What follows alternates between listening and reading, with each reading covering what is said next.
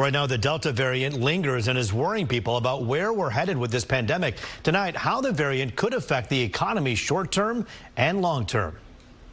As the Delta variant floats around, doctors are talking about the health of our nation. 56% of the U.S. has had one shot. 49% are fully vaccinated.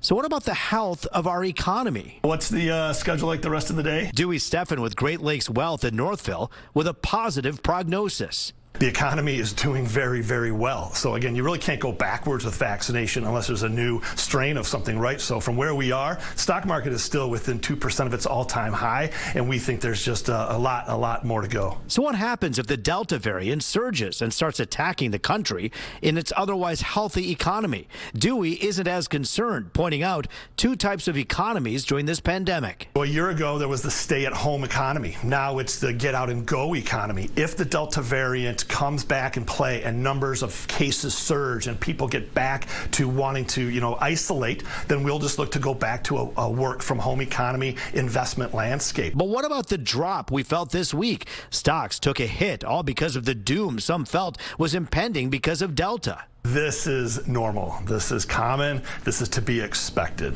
We haven't had a 5% correction in the markets in over a year.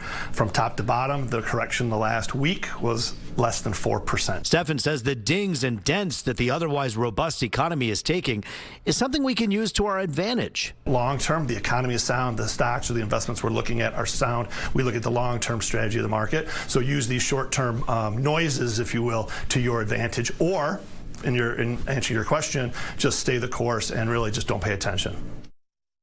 Yeah, it's hard when people they get worried. They hear the headlines and they say, oh, the economy took a ding because of the Delta variant. That comes out of our mouths right here on this set. But the bottom line is you got to look at the long-term game. Two things are going to affect the economy. Okay. He says restrictions.